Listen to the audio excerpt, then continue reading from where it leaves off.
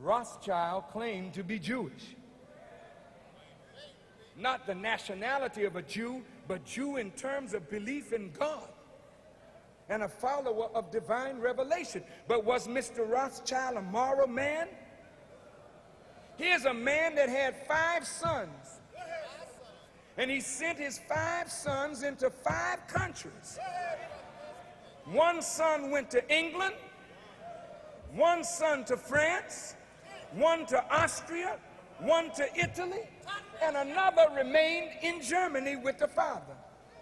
And from these sons and the money that these sons had, they worked and maneuvered and manipulated until they gained control of the central banks of England, France, Austria, Italy, and Germany.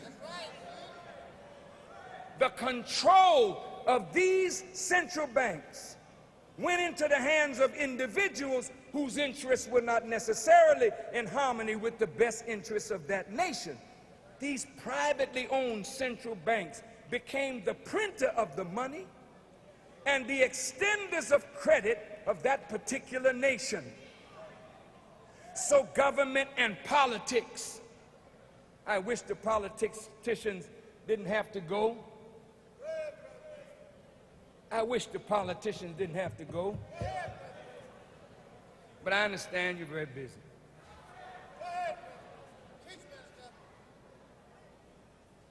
Government and politics in Europe was always controlled by the money interests. Wars were fought, and in order to fight a war, governments had to borrow money. They borrowed money from these central banks. The central banks waxed rich because they loaned money and charged interest, then took over when one side prevails against the other. And when governments could not satisfy the indebtedness, then some of the natural wealth of that country flowed to the bankers. They would loan money to both sides in the conflict because they really didn't care who won or who lost. I mean, it's hurtful, but a Jew, Rothschild, loaned money to Adolf Hitler. A Jew, Rothschild. God damn it, you better not open your mouth to call me no anti-Semite.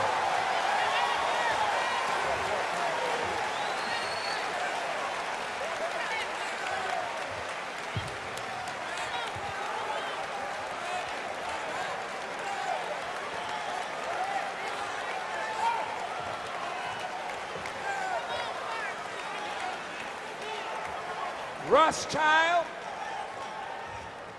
and Paul Warburg loaned money to Hitler. Hitler killed little Jews, while Rothschild and Warburg stayed in the finest hotels in Europe.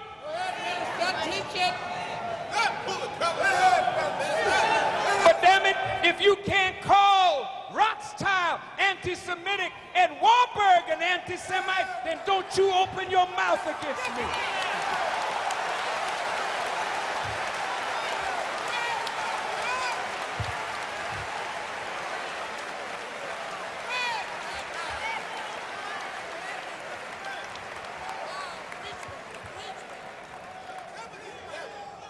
In a book titled None Dare Call It Conspiracy by Gary Allen and Larry Abraham on page 45, the question is asked, where do governments get the enormous amounts of money that they need? Most, of course, comes from taxation. But governments often spend more than they are willing to tax from their citizens, so governments are forced to borrow.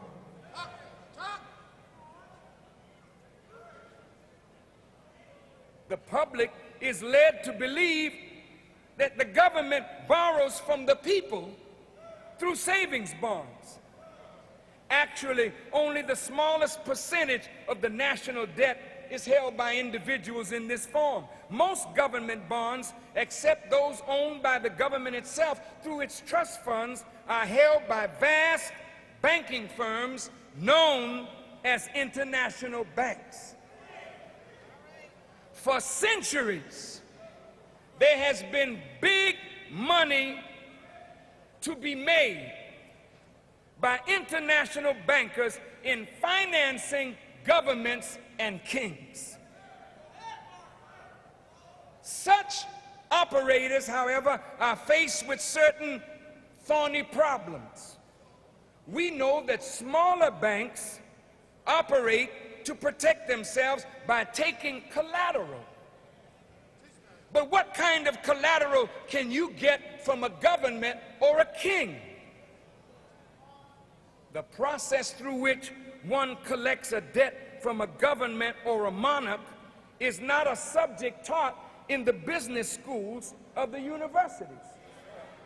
And most of us, never having been in the business of financing kings or governments, have not given the problem much thought. But there's a king financing business. And to those who can ensure collection, it is a lucrative business. An economics professor named Stuart Crane notes that there are two means used to loan governments, money to governments and kings, and two means of collecting on that money. Whenever a business firm borrows big money, the creditor obtains an influence in management to protect its investment. Like a business, no government can borrow big money unless that government is willing to surrender to the creditor some of its sovereignty.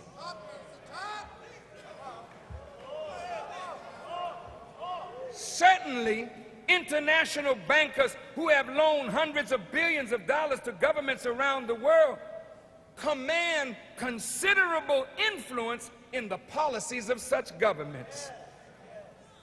But the ultimate advantage, listen to this, that the creditor has over a king or a president is that if the ruler gets out of line, the banker can finance his enemy or his rival. Therefore, if you want to stay in the lucrative financing business of kings and governments, it is wise to have an enemy or a rival waiting in the wings to unseat every king or every president to whom you lend money. If the king doesn't have an enemy, you gotta be able to create one. Now I'm going to show you why America is in so much debt.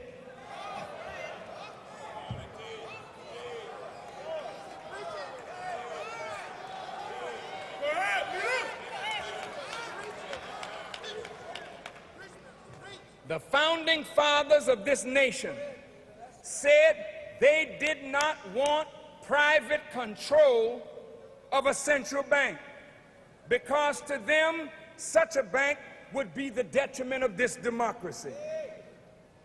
Thomas Jefferson saw a privately owned central bank as worse than an opposing army. Thomas Jefferson wanted to keep America free from those things that led to the destruction of many nations and governments in Europe.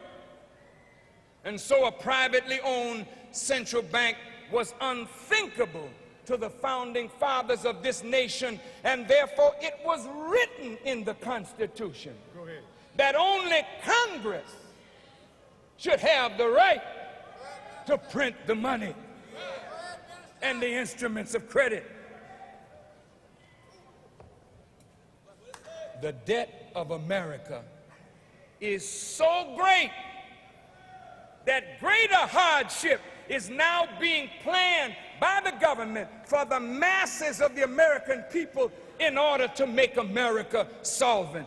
Please, wake yourself up now. Come on. Come on. If you got to stand up and breathe, stand up. Stretch yourself. I'm winding this down, so come on, I don't want you to sleep now. Give me some water.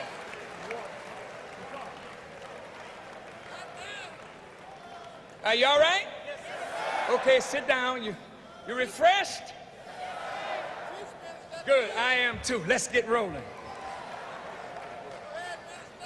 The great sweep in the November elections that brought the Republicans into the control of the Senate and the House of Representatives and the majority of the governor's mansion of this nation sent a message to the government that the American people are greatly disturbed over the course of this nation, and they all are seeking change. The majority of the American people may not know what change they want, but they definitely desire change for the better.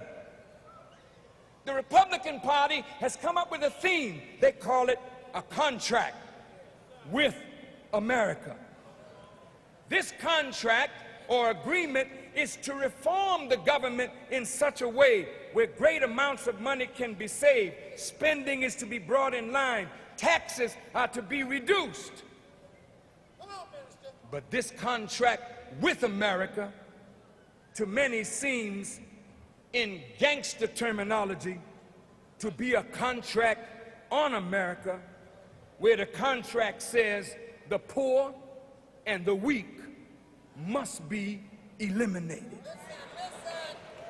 There is no way that the Speaker of the House, Newt Gingrich, or Senator Dole, or the Republican Party can solve the problem of the tremendous debt of this nation without exposing the root of this problem and the conspiracy that brought America to her wretched debtor condition. Every home needs a balanced budget. A balanced budget means that we do not spend more than we take in or have debt greater than our ability to handle without over-borrowing that will destroy the economy of our homes. Serious financial problems are at the root of most of our domestic quarrels. The tremendous stress on the breadwinners in the American family is such that this stress leads to spousal abuse. Women abusing the men, men abusing their wives, the abuse of the children, the breakup of the family.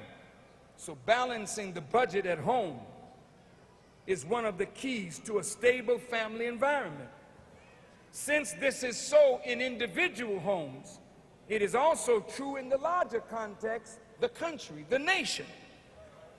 The nation called America is going toward $5 trillion in public debt. This debt is so great that in order to balance the budget, such drastic cuts have to be made that the poor and the weak will suffer the most. So this contract with America is a contract on America's poor. Even the thought of raising the age level at which time the elderly will receive Social Security to 70 years of age is a sign that the Social Security of those who have paid into it is in deep trouble. The government, if it raises the age limit to 70, is betting that most of those who paid into this fund will never live to see 70 years of age, and therefore Social Security will not have to be paid. Thank you.